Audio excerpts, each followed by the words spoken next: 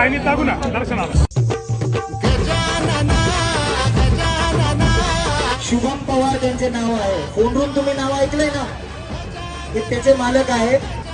गणपती बाप्पा, नाशिकचा आवाज अजून जोरात यायला पाहिजे. गणपती बाप्पा याला म्हणते आवाज.